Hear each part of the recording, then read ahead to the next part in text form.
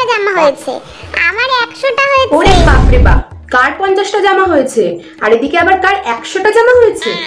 এতগুলো করে জামা হয়েছে তোমাদের পুজোয়? তোমার কয়টা জামা হয়েছে আন্টি? আমার তো একটাও জামা হয়নি, আগের দিনই তোমাদের বললাম। তোমাদের এতগুলো করে জামা হয়েছে, আমাকে তো তোমরা সবাই একটা করে জামা দিতে পারো বলো?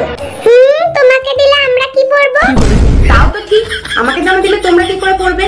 ঠিকই বলেছো। ও আন্টি, তুমি আমার বাড়ি এসো, আমার দিদির জামা দিয়ে দেবে তোমাকে। নিজের জামা দেবে না, দিদির জামা দিয়ে দেবে আমাকে।